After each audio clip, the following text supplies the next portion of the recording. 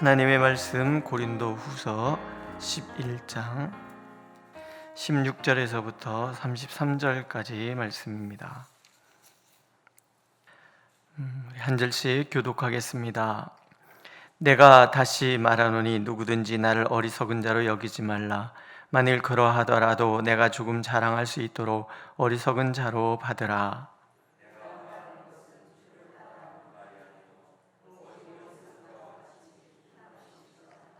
여러 사람이 육신을 따라 자랑하니 나도 자랑하겠노라.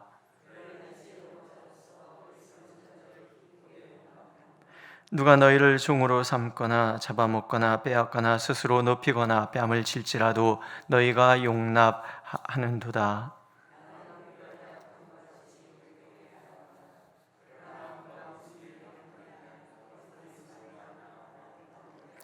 그들이 히브리인이냐 나도 그러하며 그들이 이스라엘인이냐 나도 그러하며 그들이 아브라함의 후손이냐 나도 그러하며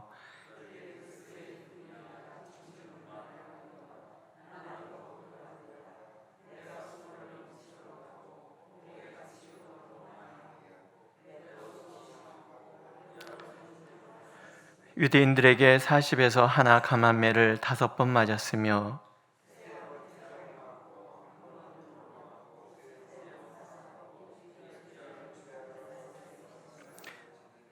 여러 번 여행해서 강의 위험과 강도의 위험과 동족의 위험과 이방인의 위험과 시내의 위험과 광야의 위험과 바다의 위험과 거짓 형제 중의 위험을 당하고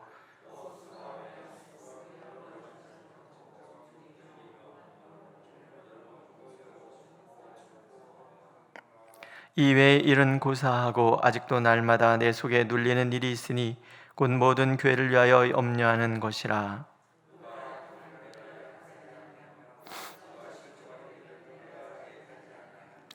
내가 부득불 자랑할진대 내가 약한 것을 자랑하리라.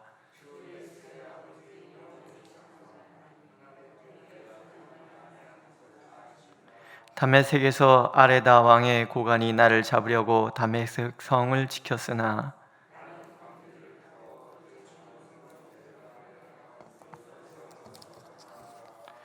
아멘. 사람은 환경에 영향을 받습니다. 내가 만나는 환경 또는 내가 만나는 사람이 어떠냐에 따라서 거기에 반응할 수밖에 없는 게 사람이라는 것이죠. 오늘 사도는 자랑에 대해서 이제 얘기를 합니다. 본인이 이제 자기를 자랑하겠다 이렇게 얘기를 합니다. 근데 이런 말을 꺼내면서 우리가 읽어보면 굉장히 조심스럽고 또 이 쓸데없는 일을 내가 해야 되나 하는 이런 마음이 담겨져 있다는 것을 우리가 볼 수가 있지요. 나를 어리석은 자로 여기지 말라. 그럴 수밖에 없는 지금 처지인 거예요. 그리고 내가 어리석은 말을 좀 해야 되겠다 이 얘기를 하는 거예요. 그렇게 할 수밖에 없는 이유는 지금 고린도 교회를 휘젓고 있는 거짓 사도들 때문에 그렇습니다. 이들이 어리석은 자랑을 하고 있는 거야. 아무 쓸데없는. 그게 뭔 의미가 있나 싶을 정도의 그런 일들을 하는데 그게 지금 사도와 성도 간의 관계를 왜곡시키고 미혹해서 서로 신뢰하지 못하는 그런 모습으로 지금 변질시켜가고 있는 거예요. 자칭 사도라고 하면서 마치 광명의 천사, 사탄이 광명의 천사로 위장하는 것처럼 그렇게 미혹시키고 있는 그들을 뛰어넘도록 이 성도들의 눈을 열게 하려면 어쩔 수 없이 쓸데없는 짓을 지금 내가 해야 된다. 이제 그런 이야기를 하고 있는 거예요. 왜 그러냐면 사도는 항상 그런 얘기 하잖아요. 다린서 시인에서 나의 나됨은 오직 하나님의 은혜로다. 빌립보서 같은 데에서 보면은 자기 자신이 가지고 있었던 이 사회적인 세상적인 가치 판단의 기준으로 봤을 때 자기가 가지고 있었던 이 어떤 지위나 그의 학문이나 그의 어떤 여러 가지 주변의 그 자신을 규정짓는 그런 모든 것들이 모든 사람들이 부러워할 그런 것이지만 바울은 그것을 다 배설물처럼 여긴다. 오직 내게 자랑할 것, 내게 소중한 것은 예수 그리스도 그분밖에 없다, 이런 사람이란 말이죠. 그런데 지금 이런 얘기를 꺼내려고 하니 되게 좀 사실은 답답하고 어리석어 보이는 거예요. 너희는 지혜로운 자로서 어리석은 자들을 기쁘게 용납하는구나. 종으로 삼거나 잡아먹거나 빼앗거나 스스로 눕히거나 뺨을 칠지라도 너희가 용납하는구나. 지금 고린도 교회 사람들이 그 모양이라는 거예요. 그래서 이제 자랑을 합니다. 그 거짓 사도들에게 하나도 뒤지지 않는다는 얘기를 이렇게 얘기를 합니다. 그들이 히브리인이냐? 아마 그들이 그렇게 얘기해. 나는 히브리인이야. 나도 히브리인이다. 그들이 아브라함의 후손이냐? 나도 그렇다. 이방인의 사도라 그러니까는 자기 딴 사람인 줄 이 사람이 아는가, 이제 그런 생각을 하는 거죠. 거기다가 나도 이스라엘인이다. 나도 그리스도의 일꾼이다. 이방인들에게 복음을 전하고 또 다메섹 도상에서 만난 예수님의 그 주신 그 사명에 불타서 그의 길을 가는 그런 것들이 예루살렘에 있는 그 사도들에게 인증받았다고 얘기하는 그런 자신들의 그 지위보다 별거 아니라고 생각을 한단 말이죠. 거기다가 바울은 5사람이라고 그랬어요. 예루살렘 본토에서 자란 사람이 아니에요.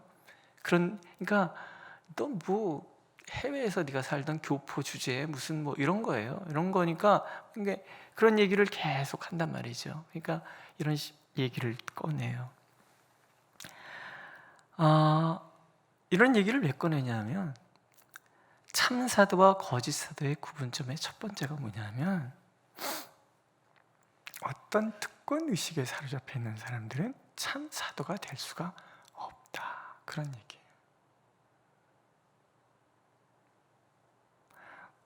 어때 친구 목사님이랑 얘기를 하다가 사람이 그릇이 커야 되는데 뭐 무슨 얘기를 이렇게 막 하다 보니까 왜 이렇게 그릇된 얘기를 해? 나보고 그래요.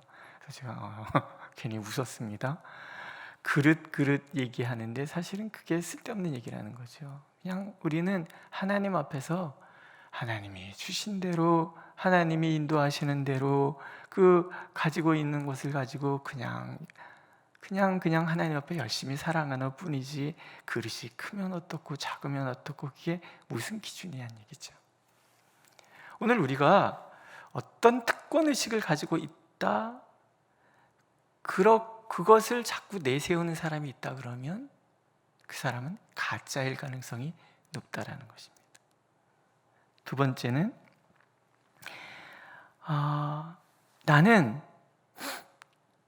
그들과 비교할 수 없을 정도로 많은 고난을 겪었다, 이걸 자랑을 하는 거예요. 이게 자랑거리가 됩니까? 근데 자랑하는 거예요. 보면은 기가 막히죠. 옥에 갇히고 매도 수없이 맞고 죽을 뻔했고 40에 하나 가만매. 그러니까 그 유대 사람들은요 40대를 때리면은 사람을 멸시한다고 생각해서 39대까지만 때리는 거예요. 근데 그 39대가 그냥 39대가 아니라 자기 마음대로인 거예요. 37, 38, 39, 38, 37, 36, 35, 36, 37 이런 식으로 39대를 맞는 거예요. 패션 오브 크라이스트라는 영화 혹시 보신 적 있으십니까? 거기에 보면은 막대기 갖고 예수님을 패잖아요. 39대 때립니다. 그걸 5번이나 맞아요.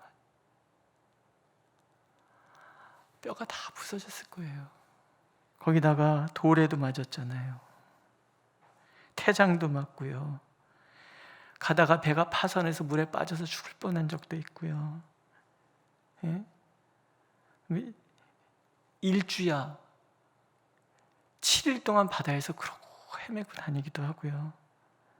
여행, 강도, 동족, 이방인, 시내, 광야, 바다, 거짓 형제, 수고하고 애쓰고 차지도 못하고 줄이고 목마르고 굶고 춥고 헐벗고. 도대체 왜? 누구도 하고 싶지 않은 일이지만 쉽고 편한 일 다 좋아하지만 이렇게 고생하는 이유 한 가지. 성도들을 그리스도에게 중매해서 그들을 주님과 하나 되게 하기 위하여 죽어가는 그 생명들을 오직 주님께로 인도하고자 하는 그런 열망 하나 때문에. 제가 새벽에 걸어오면서 아침에 걸어오면서 생각해 봤어요. 참 그 험한 세월을 지내신 이 사도에 비해서는 난 진짜 그 세 발의 피다.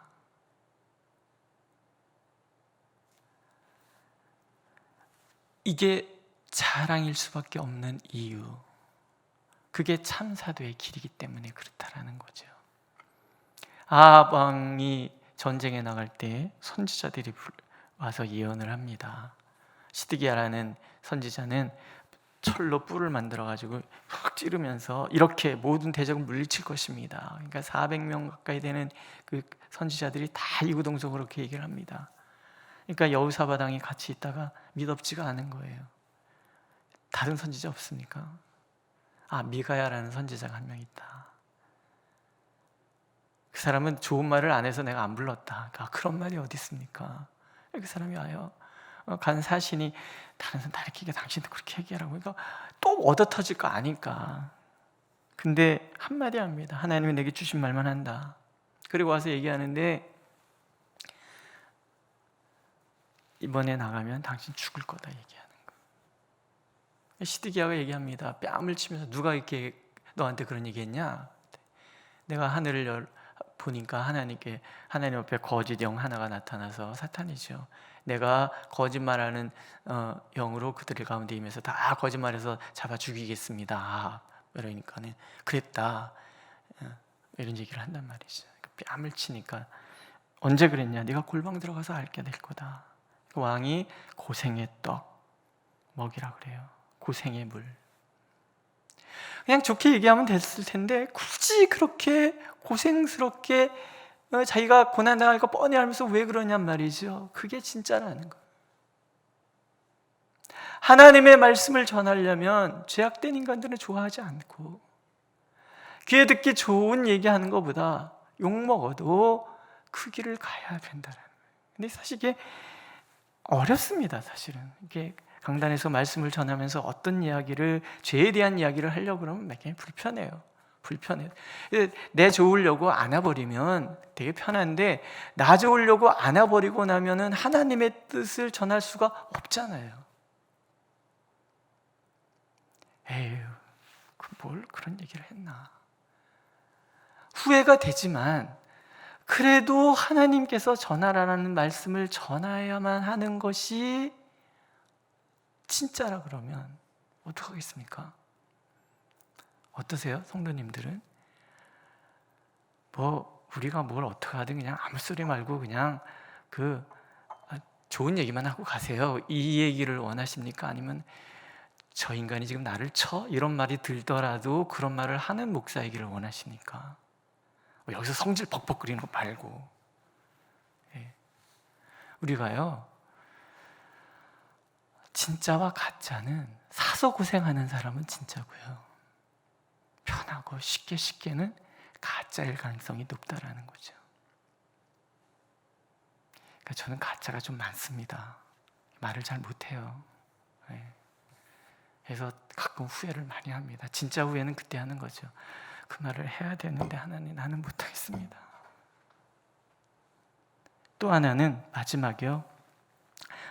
그리고 그 고난뿐만이 아니라 나에겐 눌림이 있다. 교회에 대한 염려. 그것 때문에 나는 눌림이 있다. 이런 얘기를 해요. 이 외의 일은 고사하고 아직도 날마다 내 속에 눌리는 일이 있으니 곧 모든 교회를 위하여 염려하는 것이라.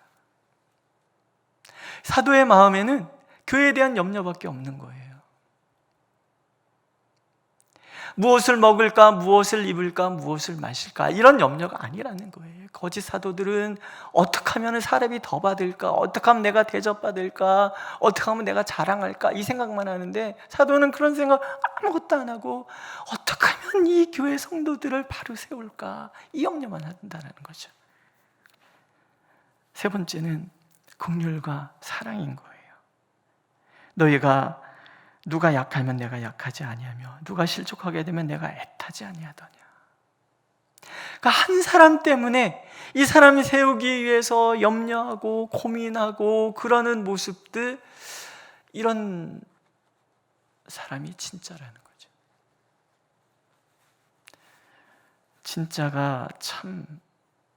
진짜를 찾기가 참 어려운 그런 시대를 우리가 살아가고 있습니다. 우는 자들과 함께 울고 웃는 자들과 함께 웃는 그런 하나님의 사람이 있다는 것은 참 복된 일이죠. 저도 사실은 여기 미치지를 못합니다. 보면서 찔리는 거죠. 어찌하면 나도 이리 살 수 있을까. 하지만 대충 편하게 살고 싶은 마음이 더 크지 않을까, 이런 생각을 많이 합니다.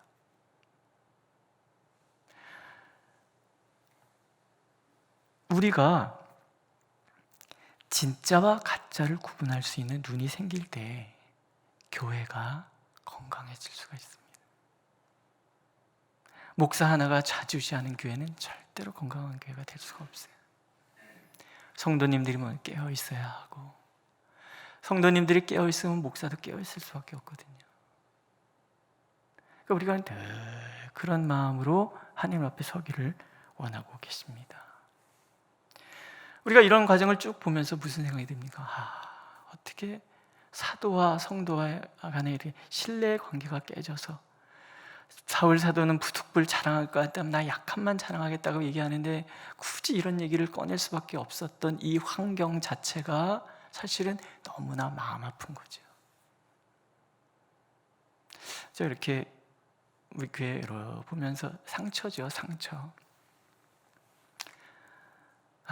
목사에 대한 신뢰가 이리 깨어져 있으니 어찌할까, 그런 생각을 가끔 합니다. 전에는 안 그러셨을 거 아니에요. 부목사님, 어린 부목사가 온다 할지라도 틀림없이 제가 보아하건대 그들을 하나님의 종으로 섬기고 기도하고 그러셨을 거예요. 근데 이 혼란을 겪고 나서 보니까 나도 모르게 툭 나오는 거지. 목사 새끼들 나오잖아요. 이게 언제 이게 벗어날 수 있을까, 그런 생각을 합니다. 어떤 한 사람 때문에 우리의 가지고 있었던 본 마음이 바뀌면 안 될 거라는 생각이 들어요. 우리가 가지고 있었던 선한 마음을 버리지 마세요. 그거는 그거고, 깨어있는 건 깨어있는 거고. 그래서 우리가 하나님 안에서 서로를 신뢰하고 그렇게 사랑하는 아름다운 교회, 진짜와 가짜를 구분할 수 있으면 되지 않겠습니까? 가짜는 기도해서 바꾸면 되고, 진짜는 잘 이끌어주면 되고, 안 그러십니까? 그렇잖아요. 아들뻘 같은 목사가 여기 강단에 서서 지금 이렇게 떠들고 있으니까 아이고 그래, 네 나이 땐 다 그랬다 나도, 그러시면 되는 거 아니겠습니까? 그렇게 사랑하고 그렇게 서로를 섬기면서 아름다운 교회를 만들어가는 거, 오늘도 하나님은 간절히 원하고 계십니다. 기도하겠습니다. 오늘도 우리를 붙드셔서 진짜의 길을 걸어갈 수 있도록 도와주시옵소서. 어떤 특권에 사로잡히지도 말고 그저 자랑한다면 주님이 내게 주시는 고난을 자랑하고, 교회에 대해서 염려하는 그 마음을 자랑하고, 긍휼과 사랑의 마음을 자랑하고, 이거조차도 사실은 주님이 주시기 때문에 가능한 것임을 믿고 고백하는 우리의 삶이 되어 서로가 서로를 아끼고 사랑하는 아름다운 교회 되도록 하나님 우리를 인도하여 주옵소서. 예수님의 이름으로 기도드렸습니다. 아멘. 하늘에 계신 우리 아버지의 이름을 거룩하게 하시며 아버지의 나라가 오게 하시며 아버지의 뜻이 하늘에서와 같이 땅에서도 이루어지게 하소서. 오늘 우리에게 일용할 양식을 주시고 우리가 우리에게 잘못한 사람을 용서해 준 것 같이 우리 죄를 용서하여 주시고 우리를 시험에 빠지지 않게 하시고 악에서 구하소서. 나라와 권능과 영광이 영원히 아버지의 것입니다. 아멘.